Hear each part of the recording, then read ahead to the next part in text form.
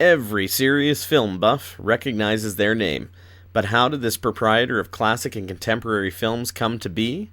My name is Matt, and this is Criterion Close-Up.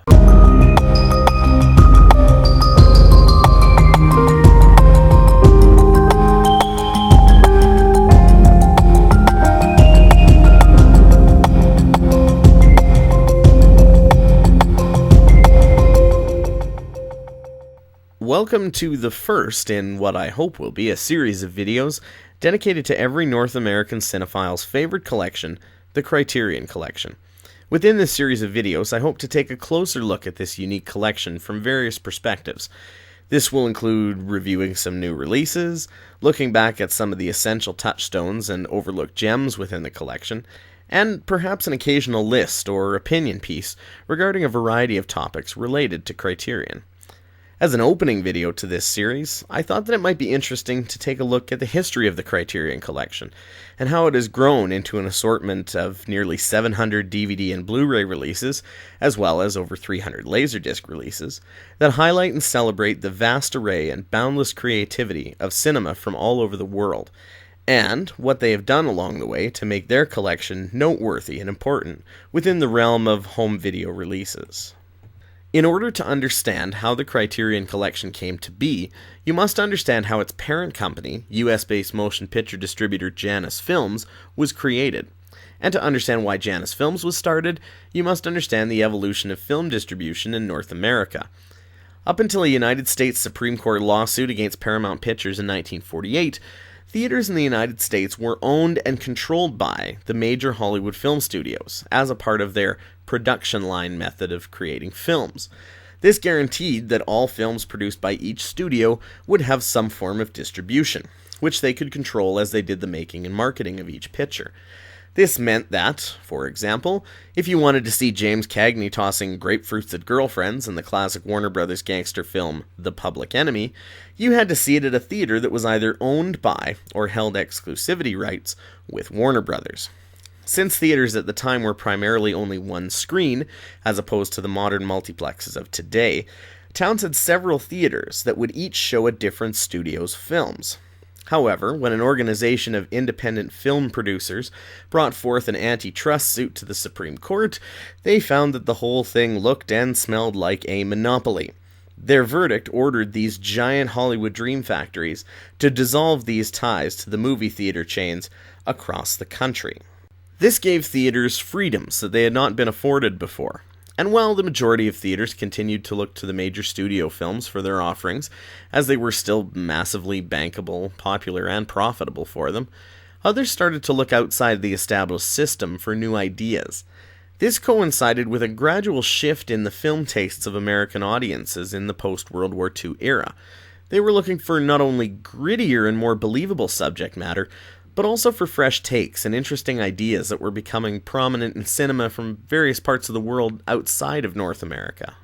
It was in this climate that two men, Bryant Halliday and Cyrus Harvey Jr., began screening films at the historic Brattle Theatre in the early mid-1950s in Cambridge, Massachusetts. The Harvard Square landmark became a well-known independent venue where foreign films were often screened for discerning Harvard and MIT-educated young crowds, who often filled the theater's 300-seat capacity to and over its limits. After years of these successful screenings, Halliday purchased the theater, and together with Harvey, turned it into one of the area's best-known venues that showed purely art films. Sensing the growing interest and upward trends within the concept of art house cinema, they seized on an opportunity to move to New York, and, in March of 1956, created Janus Films as a film distribution company that would purchase distribution rights to foreign and art films, and screen them at the 55th Street Playhouse in New York City. While the fledgling company found modest success in the beginning, it was really put on the map when they secured the rights to screen the Swedish film The Seventh Seal, directed by Ingmar Bergman. The film became an international sensation, which introduced many a non-European audience to the genius of Bergman as a director, and it has gone on to become one of the most iconic and influential films of all time. It was by far Janus's biggest early success, and was responsible for the company's initial growth from beyond the New York and Cambridge scene. One can credit Janus Films with introducing the works of many international masters of filmmaking, including Bergman, Akira Kurosawa, Federico Fellini, François Truffaut, Michelangelo Antonioni, Jean-Luc Godard, Yasuhiro Ozu, Carl Theodor Dreyer, Sergei Eisenstein, Vittorio De Sica, and many others to North American audiences. Even though Halliday and Harvey eventually sold the company to Saul Terrell and William Becker in 1965 as a result of the declining art house market in America, Janus Films continues to be one of the premier distributors of foreign films in North America to this day. Fast forward to the early 1980s and the rise of the home video market via VHS. The VHS format was an easily produced, if not technically or aesthetically perfect, format for films to be reproduced on, and the development of a large home video rental marketplace made many little-seen films much more accessible to the public at large.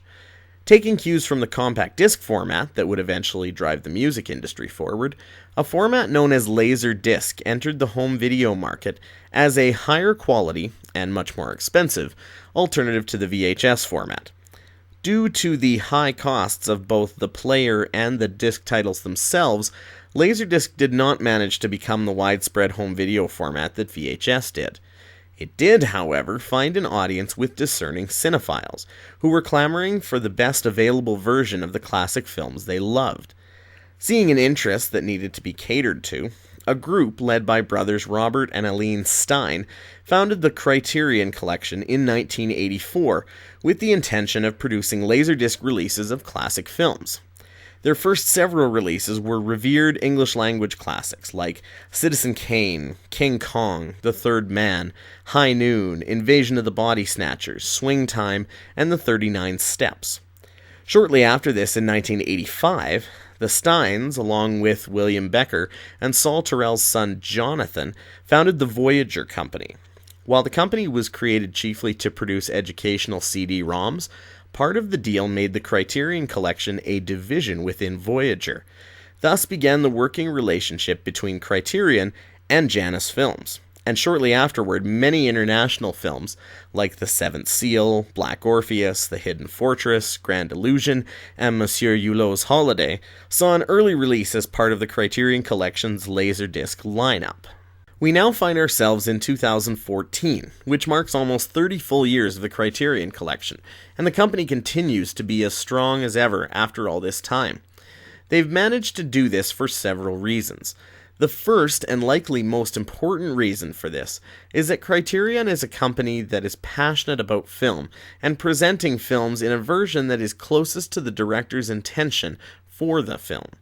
Maverick filmmaker Terry Gilliam, who has been notorious for his clashes with major studio executives in regards to the making and releasing of his films, was asked about what working with Criterion was like. He was quoted as saying, "It's nice working with people for whom profit isn't the only reason for existence. They seem to actually be interested in film."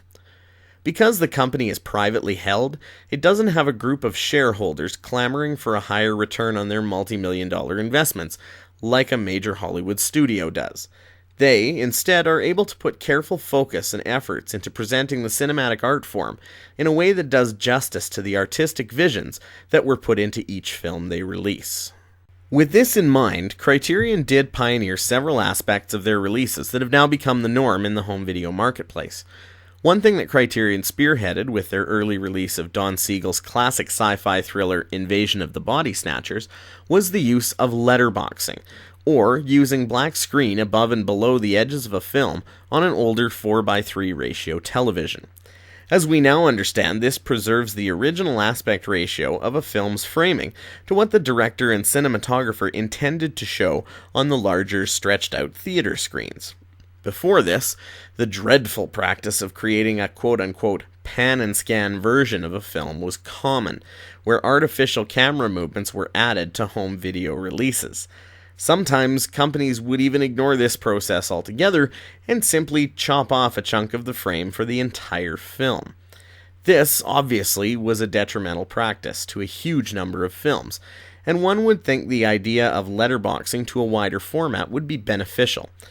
However, the short-sightedness of home video producers reigned for years until Criterion started this practice.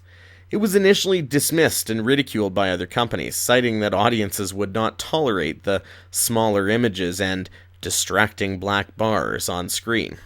However, Criterion made a point of this process for all of their releases, and soon after, over 700 other LaserDiscs produced by major Hollywood studios followed suit and were released in widescreen format during the LaserDisc's lifespan.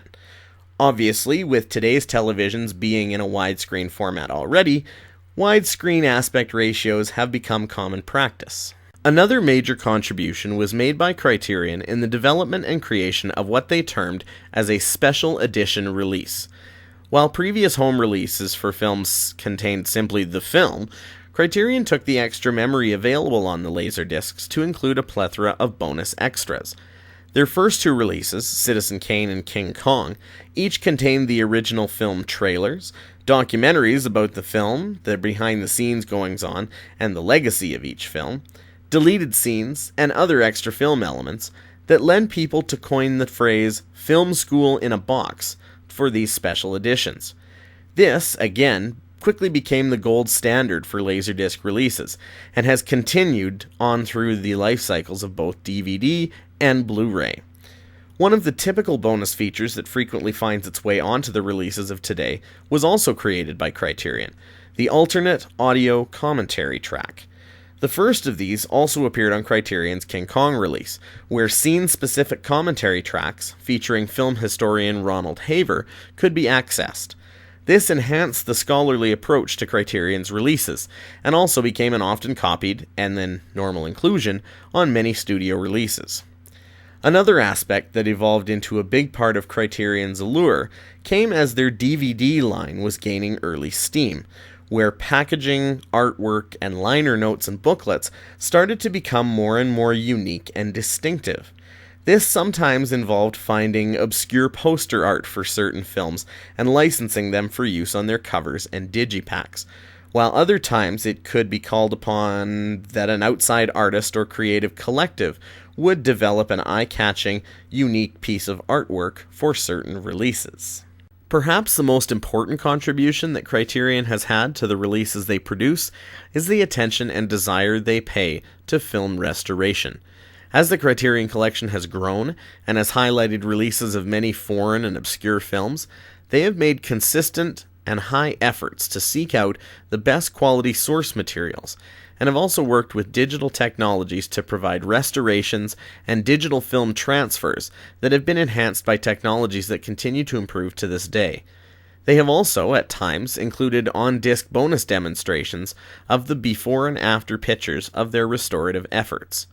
One of the most amazing examples of the fruits of their restoration labor came in their DVD release of Carl Theodor Dreyer's Passion of Joan of Arc, where an original negative that was believed to have been destroyed in a fire ages ago was discovered and utilized for a 24 frames per second digital transfer that improved upon every previously available print of the film. They have also taken time to revisit some films several times to update and better their earlier digital transfers.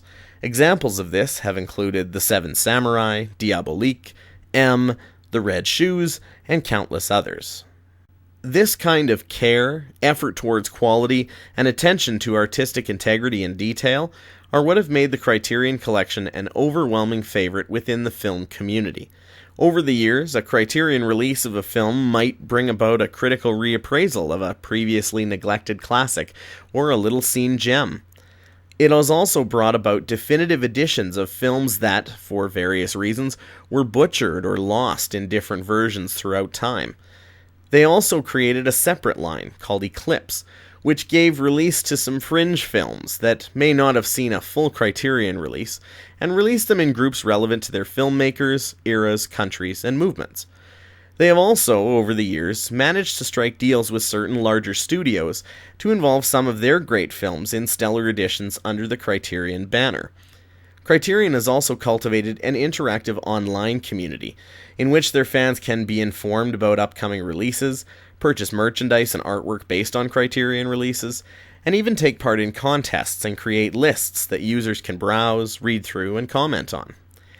Anyone that loves the Criterion Collection likely has their own little reasons for it. If you're watching this video, chances are that you share an admiration for Criterion like I do. But perhaps most importantly, we can all recognize that Criterion is a group of people who love the art of movies as much as you and I do. And they're devoted to furthering and showcasing the art form in their own little way. They are one of us. They speak our language. This is likely why they inspire such a devoted following, and I can certainly include myself as one of these devotees.